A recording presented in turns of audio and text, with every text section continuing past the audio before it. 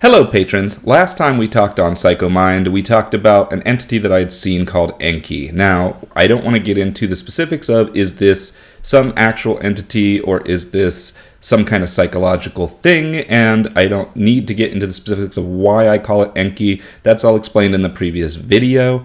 To me, my interpretation is that these things are some part of my own subconscious. So to me, it makes sense that Enki would represent whatever Enki represents to me, and that would be the reason why I get the feeling to call that being Enki. As always, you're free to interpret it however you like. So I promised in that video that if I had any other experiences with Enki, I would make a video about it, and I have since had some experiences. But first I wanted to talk about when I didn't have any experiences. So after making that video, I did exactly what I said. I tried some of the old practices that I used to do, sitting down, calling upon an entity, trying to do journey work, trying to do conjurings with the whole incense and everything else.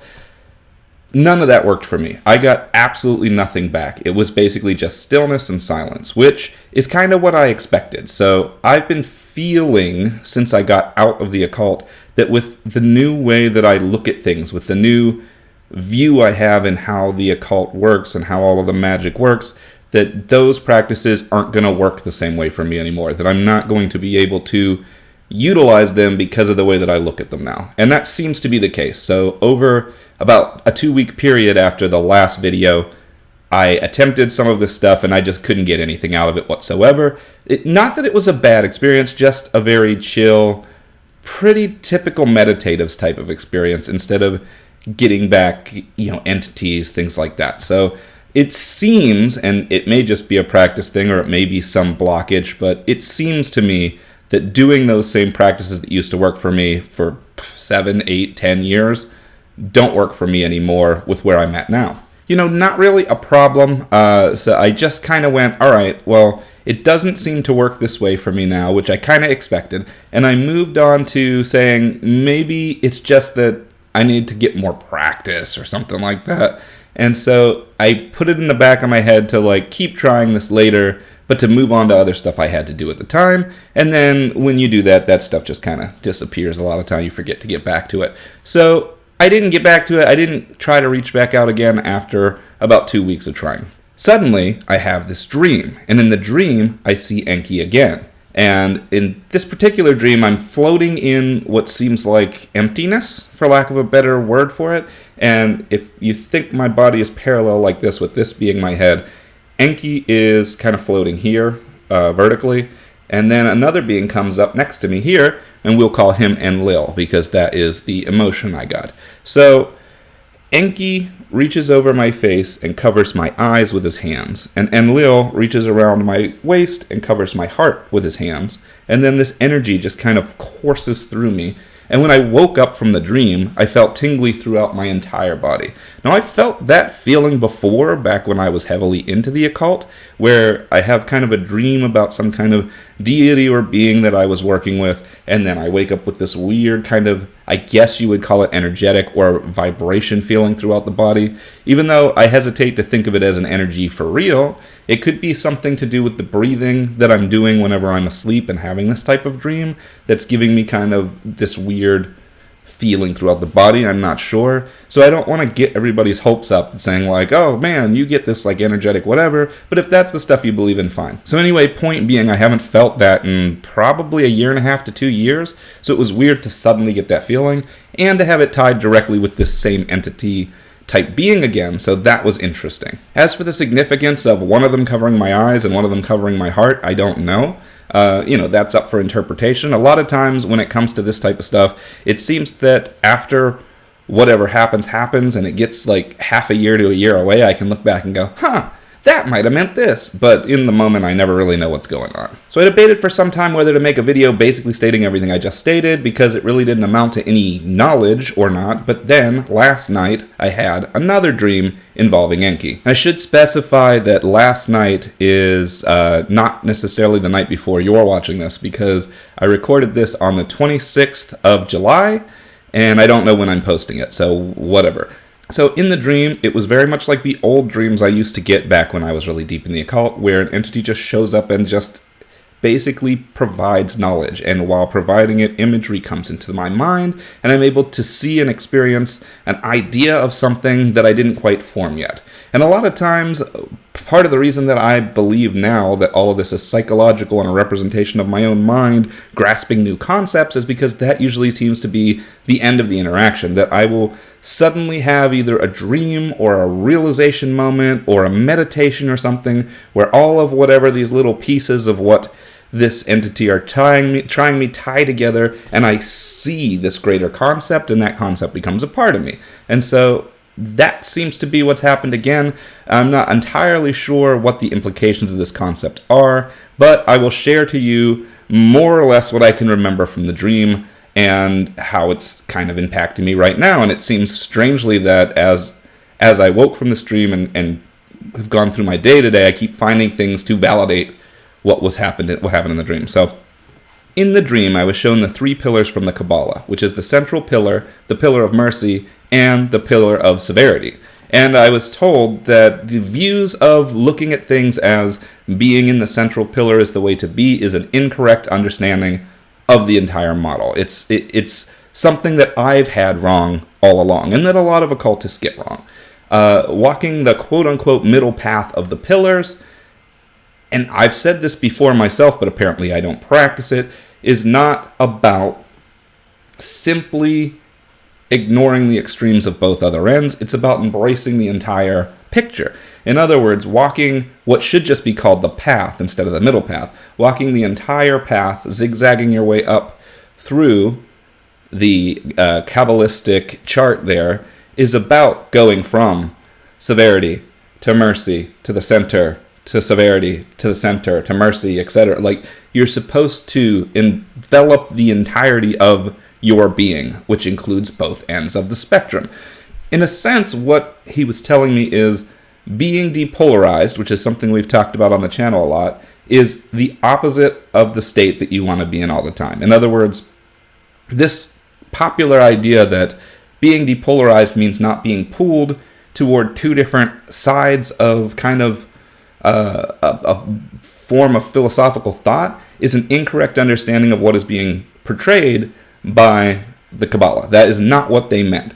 That's what people have turned it into now. They want to make the left and the right about, say, left and right politics, but left and right politics and things like that tend to actually both be from one side. They're not actually 2 different sides. We've turned them into a duality because we turn things into duality, but they aren't the duality being described by the chart. What Enki said to me is that, and this seems like no shit whenever I hear it, is that the pillar of mercy is about empathy and emotion. And the pillar of severity is about objective thinking, rational, logical thought. In other words, it's severe because you're taking the emotional components out. You're looking at something from a completely objective standpoint. Now, I used to think that the middle pillar was the objective standpoint, that if you push to the side your desires for justice and severity and your pool of emotion, you could have this objective way of thinking, and that helped you to kind of see the broader picture without the clouding of the other 2. But what it turns out is that no, one path is the path of objective thought. One is the path of emotion. And as I had learned already going through with the Morgan, the point is to merge these 2 things together, to live simultaneously with the ability to see things in an objective, logical way and an emotional, intuitive, empathetic way, so that you can understand and experience the fullness of life and the fullness of interactions with others, while also being objective enough to see different points of view, while also being objective enough to see the grander picture. Putting these 2 things together is what it means technically to be in the middle, but I had never put this together from the model before. I had just kind of come to that on my own and then didn't really go anywhere with it. So Enki kind of pointed this out to me, that, this is kind of a misunderstanding that I've had in a long time about this, and that all along what this is about experiencing the fullness of both sides. And instead of looking at it necessarily as these 2 sides being kind of squished together, which is how the alchemical wedding looks at it, you can look at it as embodying the whole self requires embodying both of these elements, as well as an area in the middle where you can look to both options. You can look to, here's what I'm thinking this way, here's what I'm thinking this way, and then kind of pull from it what you need. And that is, in a sense, the way the human brain works. We're able to kind of switch between these modes, things like that. So it's a representation of the way that we experience life. An emotional, kind of mythological, kind of intuitive thing, plus a very objective, very scientific, rigid thing, and you put them together, and that's how you're able to, in a sense, bridge the two worlds, as people put it. So I woke up from this dream just feeling like, wow, okay.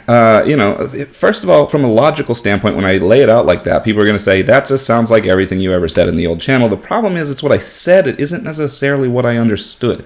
So sometimes when you're explaining concepts, you can understand logically the concept very well, but that doesn't mean you're embodying the concept itself. And I woke from this feeling like, whoa, I think I can embody this concept. And I also got the feeling that people tend to over push the idea of being depolarized, of being pushing away the extremes. And obviously you don't want to live on one extreme or the other, because those are bad too, but you have to be able to dip your toe in either side of the spectrum for it to work. And Enki had also explained in the dream, as I'm thinking back on it now, that it's important to be able to get into a state where you're looking at things from complete calmness and stillness. But you're not supposed to live there. And that's a thing I think a lot of gurus and people that think like that get wrong. This view that the main goal is to be in a constant state of the now, and a constant state of objectively, not exactly, detachment. That's what I'm looking for. A constant state of detachment from the different sides of an argument, from the different things going on, from the world as a whole. And Enki was saying that that is absolutely incorrect. What you should be striving towards is to be able to get into a state of detachment so that you can look at things both objectively and you can look at things empathetically in someone else's shoes without putting yourself into that. So you still use the fullness of all of it when you do this, but you detach to be able to get yourself out of the way. But then after you've looked at it that way and understood it, you take that back and you come back and you're present with whatever the situation is. If you don't come back and be present, you're not acting in the world. You're not doing your part. That's kind of the knowledge that was given to me. So you need both. You need to be able to be detached when you need to be detached, and you need to be able to be attached when you need to be attached, and you need to be in control of that back and forth process. And neither of those is being depolarized or is the right way to be. There isn't a right way to be. The best thing for you to do is to be able to move like fluid, to move like liquid, like water, to fill whatever bowl you need to fill at the time, to move in whatever stream you need to move at the time, to go along with whatever's going on. If you're in a situation where you need to pull back and detach for a minute to look at it, pull back and detach. If you're in a situation where you need to be engaged, be engaged. You need to be able to be fluid, to be able to be constantly changing, constantly transforming, and entering a state where you're fluid enough to move back and forth between these different ways and different modes is actually the goal, and that's why the work is hard. So that is the overall meaning of the dream I had. I can't give you exactly what was said because I don't remember it to that full an extent, but this overall was what happened, and that's why I might have a little bit of a gruffer voice, because I'm coming from that. I woke up, it's been about an hour, and I've observed various other things that just popped into my news feed and things that showed me signs of this. And I'm like, oh, this is going to be the thing I'm thinking on for a while, isn't it? That dream just like woke something up. Now, could this dream be the result of my own past few months or however long trying to unravel a concept? Definitely could be. That's kind of how I view it. And I feel like today is the point where I'm like, oh, now I know what the concept is. But knowing what the concept is not the end. Now I'm going to see this, because I've experienced this enough, I'm going to see this presented to me again and again until it just becomes a way that I naturally feel and think and act. And once that happens, I probably will forget this is even something I learned, because it'll just be a mode that I'm in all the time. So I'm prepared that this is where this is going. It seems this is where it's always been going. But Is it interesting that all of the lessons relating to this took on the form of this presence, and that this presence was something that I couldn't just conjure up, I couldn't control with my own imaginings, it just showed up whenever I was ready for the next part of the lesson, and I really didn't have any control over when it showed up or not. That's interesting to me. That's interesting if it's psychological, that's interesting if it's not. Either way, it's interesting. It proves that either there's what I like to think, which is that a part of my mind still likes to look at the completion of these concepts as if being instructed from some external source, and as a result, I'm able to see, like, when these things are more important, something like this presents it so that I pay attention. Or maybe there really is some thing trying to help me understand, whether that thing be some entity or some law of the universe or whatever. I don't know. I'm not going to claim to know. Again, I'm leaning toward the first part because that's the model I'm under, but I'm open to both interpretations. So what do you think?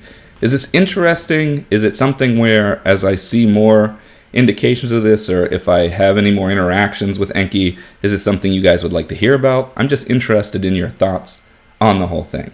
And until next time, safe travels.